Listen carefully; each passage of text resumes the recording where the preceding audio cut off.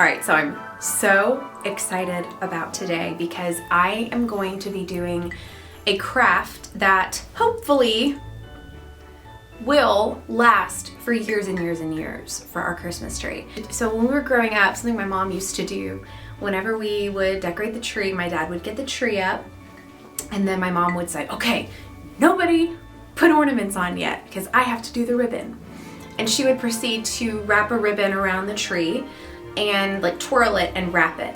And I loved that tradition that she would, get the tree ready for the ornaments. But I want to do something a little different with my tree this year and, going forward. This was a mistake. I grabbed some white ribbon from one of our boxes when we got our tree stuff out. And I was playing around with the idea of white ribbon on the tree branches, and I just tied them in a bow and I stepped back and oh my gosh, I just absolutely fell in love. So what I'm gonna do is make Christmas tree bows that are like reusable so you can use them year after year. Hopefully, this will be in place of doing the ribbon wraparound. You could do both, I mean, heck.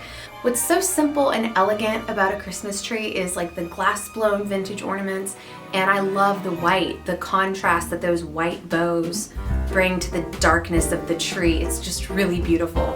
So let's get our crafting materials. Ribbon.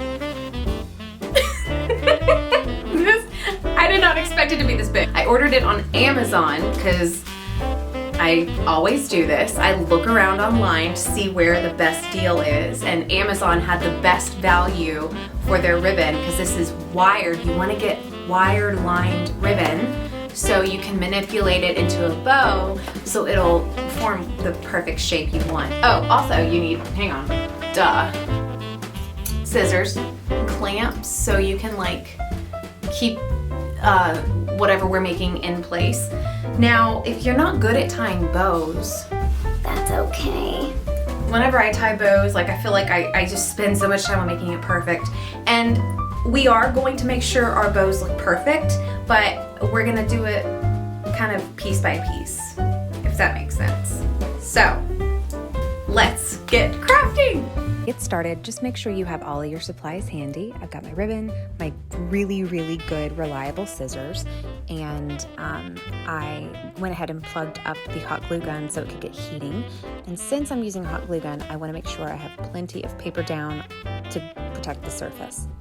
Then the first thing I do is start cutting pretty small, actually, the center pieces for the bow. So this is going to be the very center of the bow. Make sure the silky, shiny side is outward and fold under on both sides, kind of like an envelope. Make sure you fold so you know where to put the hot glue.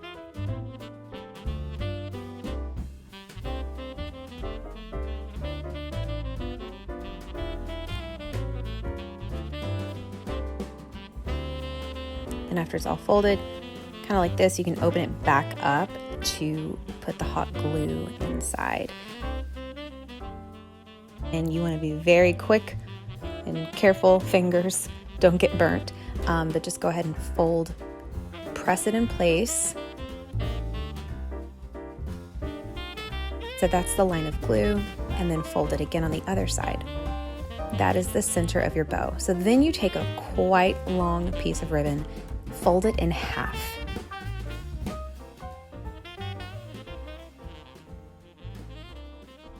And after you fold it in half, you're going to want to crease it at the halfway mark.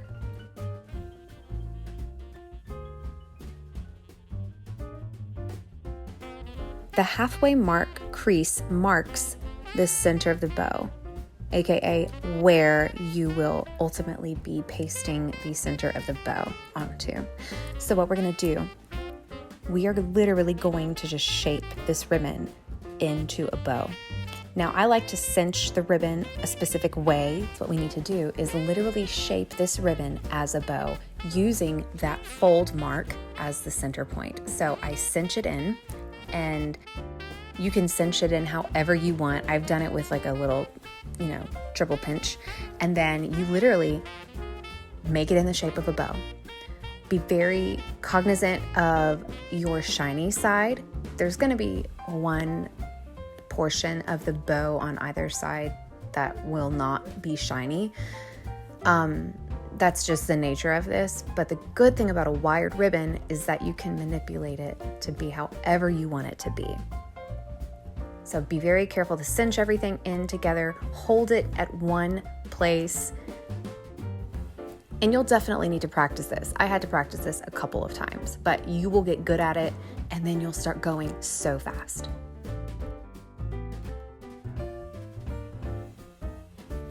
It's starting to look like a bow.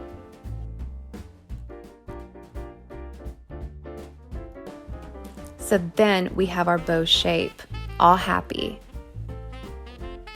You want to be very sure that you've got everything cinched in together, that you've got it gathered perfectly. If you want to, you can clamp it so it stays put, it stays in place until you're ready to go ahead and glue your center point on. So I like to put the glue on the portion where you can see the fold. So in the back. Go ahead and put some hot glue on 1/2 of this piece. We hold the bow in place.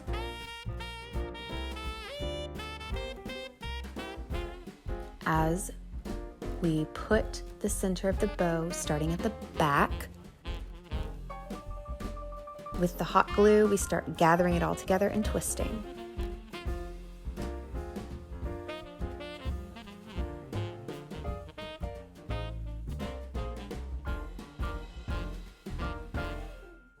And don't do that.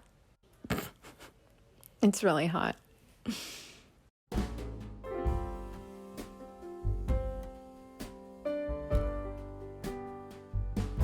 So then once you've got half of that piece down, cinched, then you can do the other half of the center piece. Again, keep twisting and squeezing, making sure everything is really tight.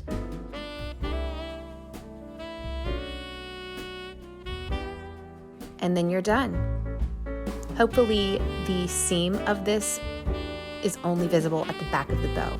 So then I put a clamp on the bow, keep it there until the glue is dried. And get all the glue off of your fingers too. And because I like to see everything twice, let's do another one. Starting with the center piece of the bow, you're gonna fold both sides in, making sure the silky, shiny side is outside. And then once you've got those folds and those creases down, you can open it back up to prepare to put some hot glue in there. So once we have one side done, we're gonna fold it over. Act quick with your fingers, but definitely put some power behind it because you want this to stay for years and years.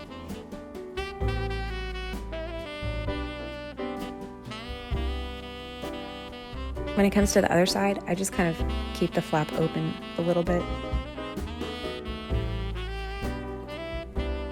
And then cinch it in.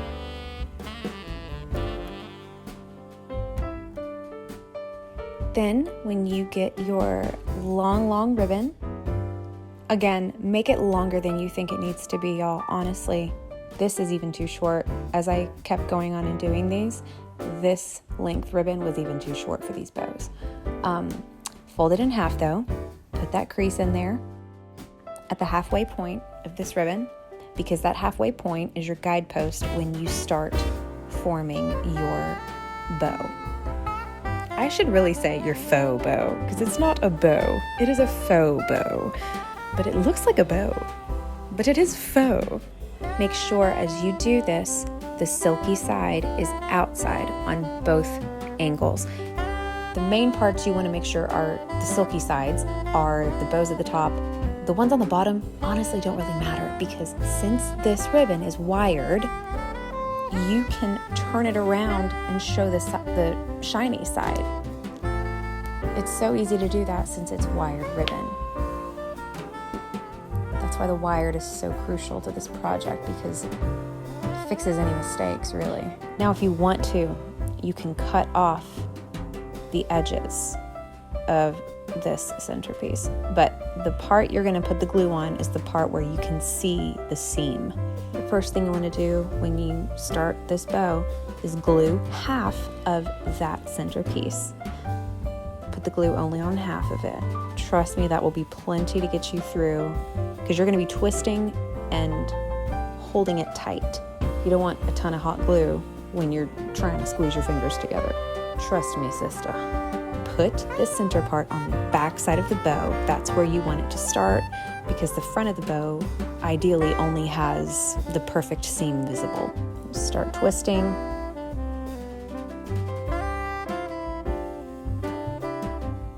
And then put the hot glue on the other half of the centerpiece. Then you're going to keep twisting some more and just making sure everything looks good. Make sure they line up and clamp that in place until the glue dries.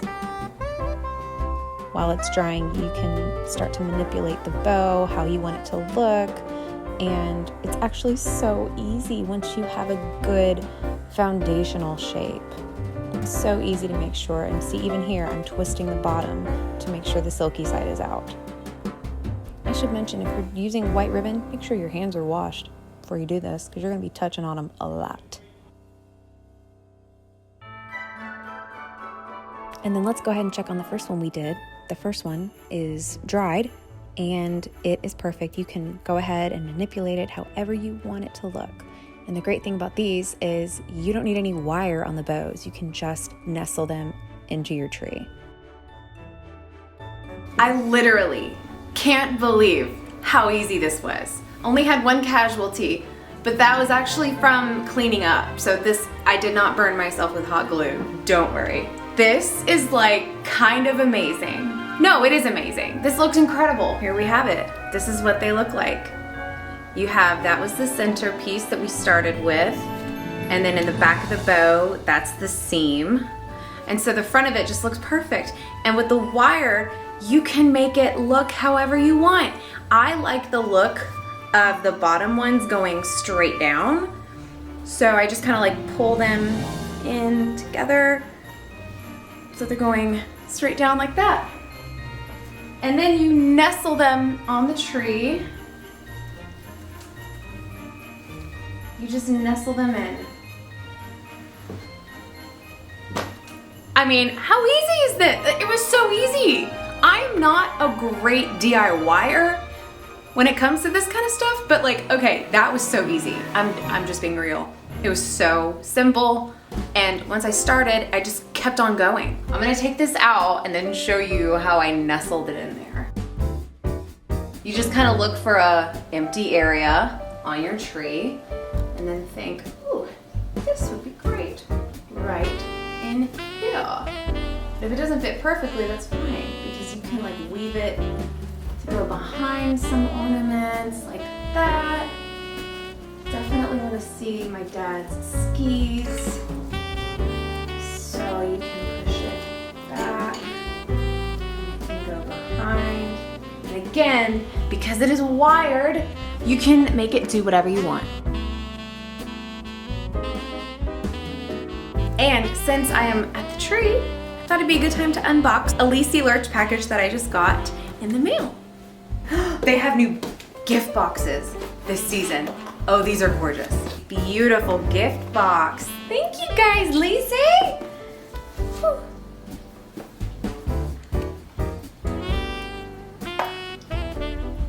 Oh my gosh, look at these hoops. These are incredible. Oh, they're so light.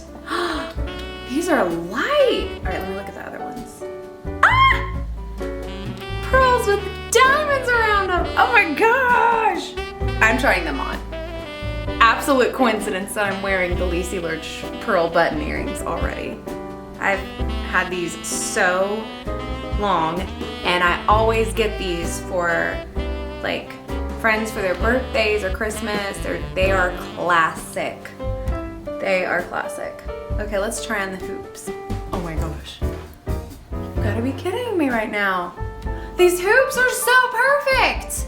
Like they're so light and they're beautiful. Oh my gosh, these are beautiful. Okay, I'm gonna try on the pearl studs. I don't know which ones are my favorites.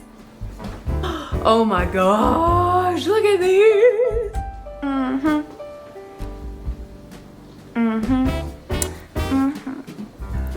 Okay.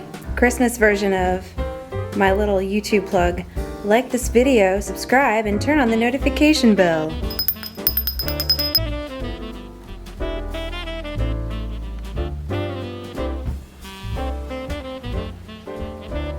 I think we need to tell people why they're about to see an immense portion of homemade ravioli. Anything you want to tell people before they experience this? Italianos like to eat. We gathered together where there's food, they will come. How many raviolis did we make this year? Do you remember the count? Or last year? It's usually around 1,000. Usually around 1,000 handmade, homemade, from scratch ravioli.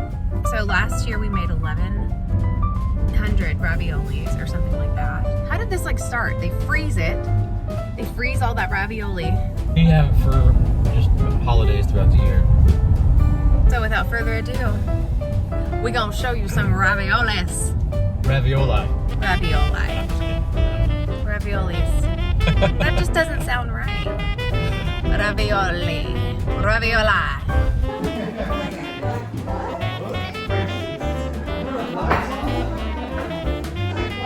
What number are we at? About 800. It's close to 800.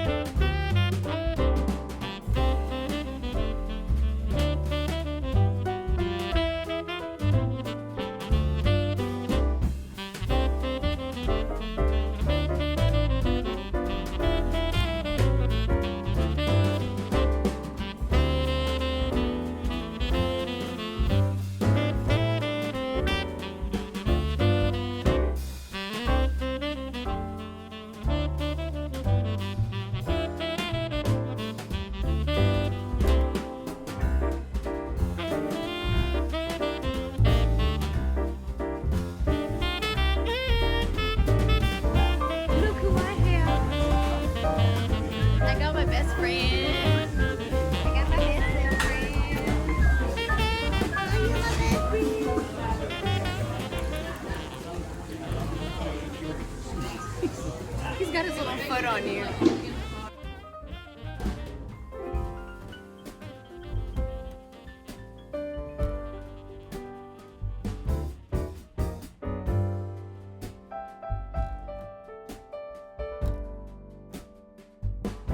Figured out the secret to going antiquing. Don't go in Atlanta.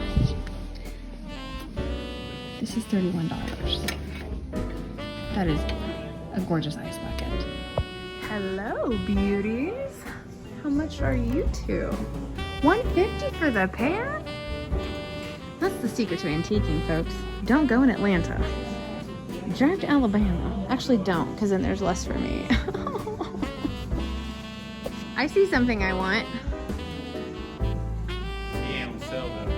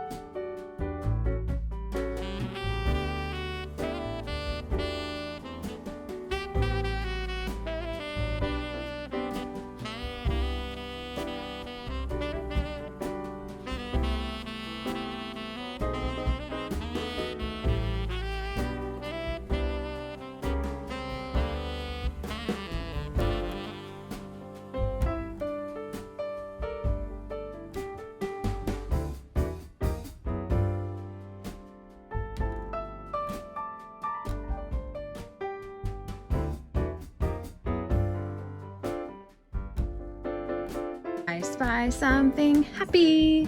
$20 for this amazing lamp. Okay, I see you. I see you, former Piggly Wiggly Antique Mall. No, you're a real grand millennial when you like porcelain flowers. My grandmother used to have a ton of this. Oh my gosh. Advent candle tapers. How do you feel about your chances tonight of beating all of us? Guaranteed.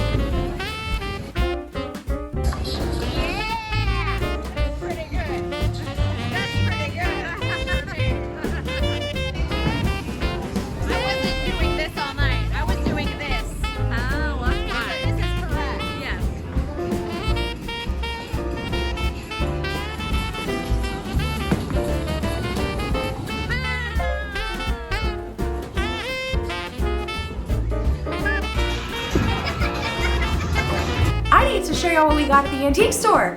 No, at the antique mall, I should say. This is our favorite antique mall in Alabama. What is it?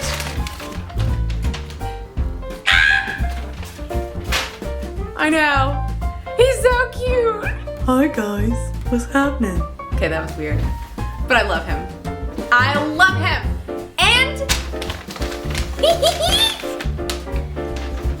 he has a friend. What a lovely day. So these were one of our finds that we got at the antique mall, and they're gonna be so cute together. All the best buddies there ever were. Steven found these, and he knew I was looking for these, so he found them. And we talked down the booth owner, because you always can talk them down. They were listed at $60, but we got them for $40. For both of them. They're beautiful. They're little wall, what do you call these? Little wall shelves? You hang it on the wall and it's a little shelf. And they're matching and they're so beautiful. I cannot wait to hang these in the studio. They're gonna be really beautiful. It's gonna be so cute. They're so stunning. And they're different, like they don't look identical. Like this one's a little shinier. And this one's a little more like matte, but they're so pretty. And so we got those, and it was really fun. We had a blast antiquing. And next week, I want you here because I'm talking about small businesses that you can support for this Christmas season.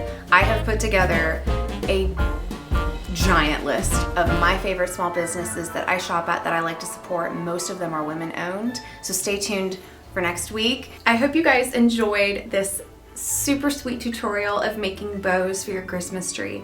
And I really hope that you can reuse the bows year after year as long as you package them up in a place that's not going to smush them. They should be fine to use year after year. And tag me in photos if you've done this. I would love to see your bows. And if you had a better idea than I did at one point, comment below like, hey, you could have used this kind of fabric glue, this kind of blah, blah, blah. I'd love to know your tips and tricks, especially if any of you out there like really know what you're talking about, like unlike me, like if you actually sew, I welcome the advice. I hope you're enjoying the Christmas season. Talk to you guys next week. Oh, also, like this video, subscribe to my channel, and turn on notifications. All right, was that painful enough? I think so. I'll see you guys next week. Bye.